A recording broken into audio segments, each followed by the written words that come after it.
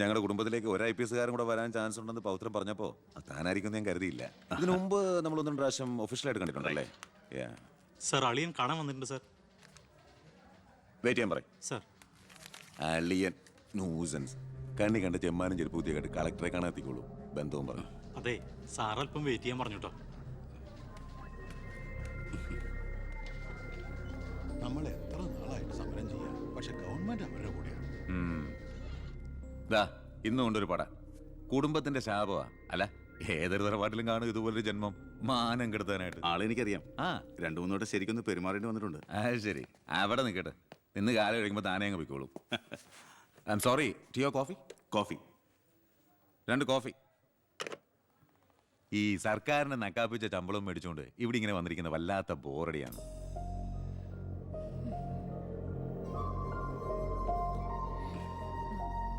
കൊറേ നേരമായല്ലോ.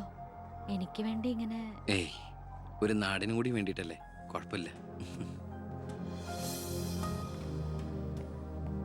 അളിയാ, അളിയാ എന്നെ മറന്നു അല്ലേ? 3 മണിക്കൂറായി ഞാൻ വെയിറ്റ് ചെയ്യണു. വാ അളിയാ, ഇത് ശാരി. അളിയനും മച്ചമ്പയൊക്കെ അങ്ങ് വീട്ടില്. Call me sir.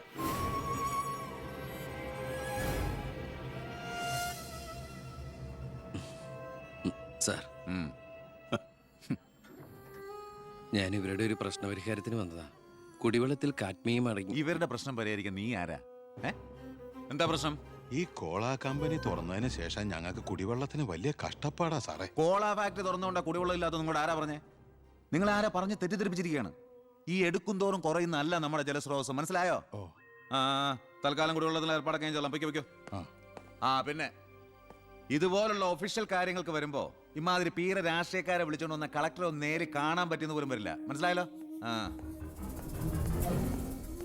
സാർ, ഈ IAS എന്ന 3 അക്ഷരം ആളുകളുടെ മുമ്പിൽ ആളാകാനും കേസ് വെറുപ്പിക്കാനല്ല ഉപയോഗിക്കേണ്ടത്, ജനസേവനത്തിന്.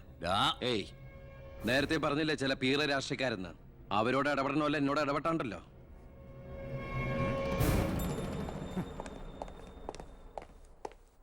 അളിയൻ കളക്ടറായിരിക്കുമ്പോൾ ഞാനിവിടെ വരാൻ പാടില്ലായിരുന്നു. എൻ്റെ തെറ്റ്. ഞാൻ കാരണം നിങ്ങളുടെ കാര്യം കൂടി. സോറി. നിനക്ക് നാണം ഇല്ലടാ? എന്റെ ഭർത്താവിന്റെ ഓഫീസിലേക്ക് കണ്ണിക്കണ്ട വാലിക്കാരുടെ മോളുടെ കാര്യം പറഞ്ഞ് കേറി നിറങ്ങാൻ. ഏട്ടന്റെ തൊലി ഉരിഞ്ഞു പോയി. അതെന്നെ. എന്തായാലും ഉരിഞ്ഞ തൊലി കളയണ്ട, ലെതറിന് പകരം ഉപയോഗിക്കാം. ചെരുപ്പുണ്ടാക്കാൻ കണ്ടാമറത്തിന്റെ തൊലി തേയില്ലടി. ഇനി മേലിൽ ഓരോന്ന് പറഞ്ഞ് ഗോപിയേട്ടന്റെ ഓഫീസിലേക്ക് കേറി ചെല്ലേ, അപ്പൊ കാണാം. നിനക്ക് സ്ത്രീധനം കൊടുത്ത കാശ് കൊണ്ട് സ്ഥാപിച്ച അല്ല കളക്ടറേറ്റ്. അവിടെ പല ആവശ്യങ്ങൾക്കായിട്ട് പലരും വരും. ജനങ്ങളുടെ കാര്യങ്ങൾ നോക്കി നടത്തുന്ന വെറും ഒരു പബ്ലിക് സർവന്റാ നിന്റെ കളക്ടർ. ആ സേവനത്തിന് ജനങ്ങളിൽ നിന്ന് തന്നെ കരം പിരിച്ചെടുത്ത് മാസം സർക്കാർ ശമ്പളമായിട്ട് നൽകുന്നുണ്ട്. പിന്നെ ഞാൻ അവിടെ ചെന്നാലെന്താ? എന്നെ പിടിച്ച് മൂക്കി കയറ്റി. എന്താ ഇവിടെ ഒരു ശബ്ദം? കോട്ടപ്പുറത്ത് താമസിക്കുന്ന കാമുകിക്ക് കുടിവെള്ളമില്ലെന്ന് കാമുകന്റെ വേവലാതിയാ. മിനറൽ വാട്ടർ കുളിക്കുന്ന നിങ്ങൾക്കൊന്നും കുടിവെള്ളത്തിന്റെ വില മനസ്സിലാവില്ല. കണ്ടില്ലേച്ചാ, വാലിക്കാരിയുടെ മകളെ പറ്റി പറഞ്ഞനാ ഇത്ര ചൊടിപ്പ്. അതെങ്ങനെയാ? മൊട്ടേന്ന് വിരിയുന്നതിന് മുമ്പ് എഴുത്തു കൊടുത്തവനല്ലേ നീ? ഈ കണക്കിന് അവളെയും കിട്ടി നീ ഈ കുടുംബത്തിൽ കയറി വരില്ലെന്ന് എന്തോ ഉറപ്പ്? ഒരു ഉറപ്പില്ല, സംഭവിക്കാം. നിന്നോടൊരു കാര്യം പറയാനിരിക്കായിരുന്നു. കോട്ടപ്പുറം കോള കമ്പനിയുടെ കാര്യത്തിൽ നീ ഇടപെടണ്ട. ഇടപെടാതിരിക്കാം. ആ കമ്പനി അവിടുന്ന് മാറ്റി സ്ഥാപിക്കണം. പുതിയ പ്ലാന്റിന്റെ ഉദ്ഘാടനം നടക്കാനും പാടില്ല. നിന്നെ പോലുള്ള പേട്ട് രാഷ്ട്രീയക്കാരും പ്രതിപക്ഷവും ഒന്നിച്ചിടപെട്ടാ പോലും പുതിയ പ്ലാന്റിന്റെ ഉദ്ഘാടനം ഞാൻ നടത്തും. ചന്ദനക്കാട്ടിൽ ബാലഗംഗാധര മേനോന്റെ മകനാണ് ഈ ഞാനെങ്കിൽ ആ ഉദ്ഘാടനം നടക്കില്ല. നിനക്കൊരു ചുക്കും ചെയ്യാനൊക്കെടാ.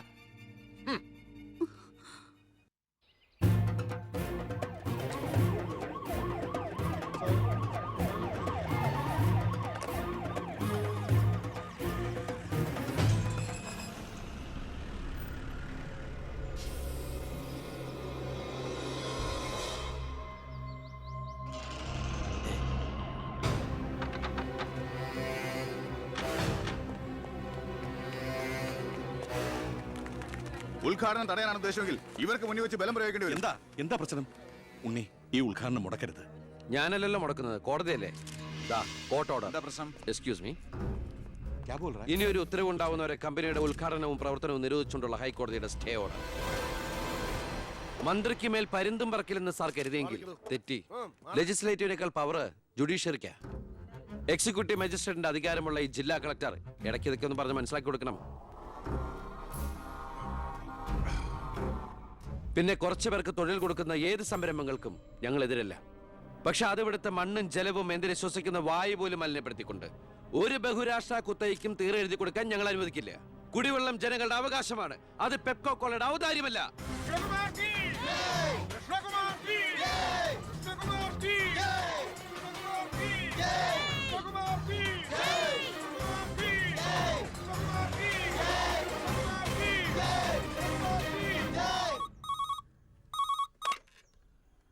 ഹലോ ഹലോ, ഞാൻ ഷാരിയ.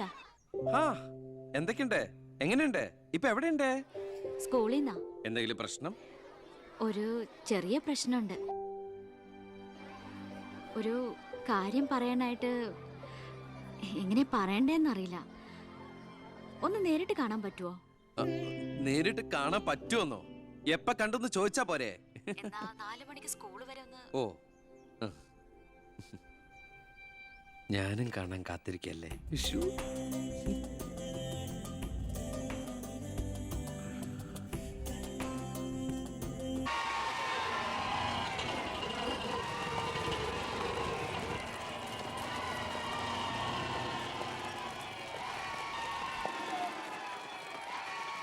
നീ പോക്കോ. ഓ,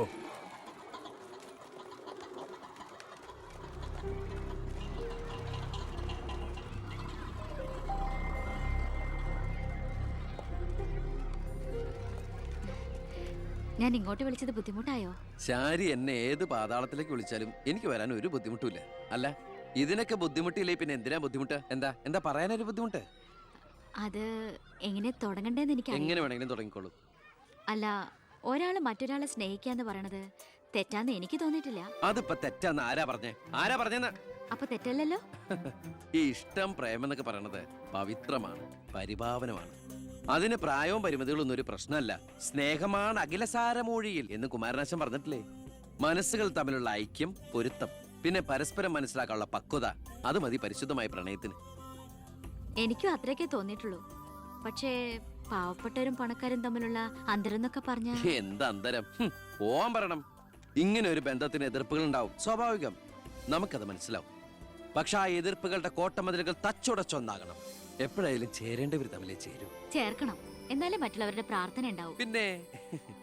പിന്നെ നമ്മൾ കല്യാണമൊക്കെ കഴിച്ച് 3-4 കുട്ടികളാവുമ്പോ ഈ എതിർപ്പുകളൊക്കെ കാറ്റിൽ പറത്തിവിട്ട പട്ടം കണക്കെ പറന്ന് എങ്ങനെ അങ്ങോട്ട് പൊക്കോളും. നമ്മുടെ കല്യാണോ? ഞാൻ ഉദ്ദേശിച്ചത് അതല്ല. പിന്നെന്താ ഉദ്ദേശിച്ചത്? പ്രസാദ്,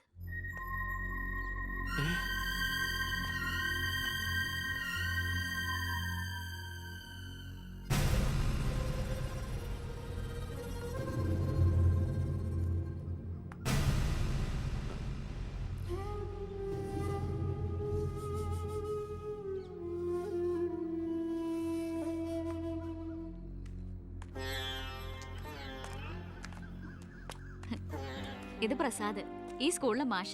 ഹലോ. ഇവക്ക് ഭയങ്കര പേടിയായിരുന്നു. ഏട്ടന്റെ നല്ല മനസ്സാണ്, പറഞ്ഞാ മനസ്സിലാവുന്നൊക്കെ ഞാനാ പറഞ്ഞത്.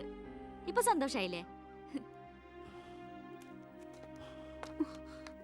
മീനൂട്ടി, എന്താ ഇത്? എന്നാലും നീ സുഹൃത്തുക്കളായിരുന്നു, പിന്നീട് അടുത്തുപോയി. പിരിയാൻ പറ്റണില്ല. ഒരുപക്ഷെ ഏട്ടൻ അറിഞ്ഞിട്ടുണ്ടാവില്ല വീട്ടിൽ എനിക്കൊരു കല്യാണാലോചന നടക്കുന്ന കാര്യം.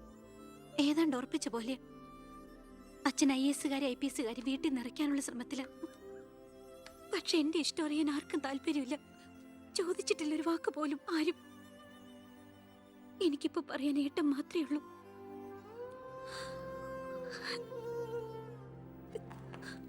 തെറ്റായിട്ട് പറയുകയല്ല.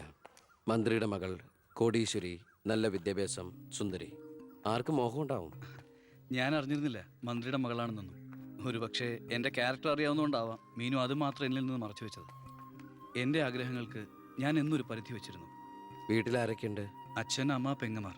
അവരുടെയൊക്കെ ഏക പ്രതീക്ഷയും അത്താണിയും ഞാൻ തന്നെയാണ്. MPhilന്റെ റിസൾട്ട് വന്നാൽ എനിക്ക് ഏതെങ്കിലും ഒരു മാനേജ്മെന്റ് കോളേജിൽ ലെക്ചർ പോസ്റ്റ് ഉറപ്പാ. അത് കഴിഞ്ഞ് കൃഷ്ണകുമാറിനെ കാണണമെന്ന് വിചാരിച്ചിരിക്കുകയായിരുന്നു ഞാൻ.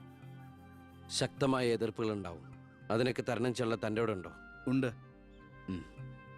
എങ്കിൽ ഞാൻ കൂടെ ഉണ്ടാവും.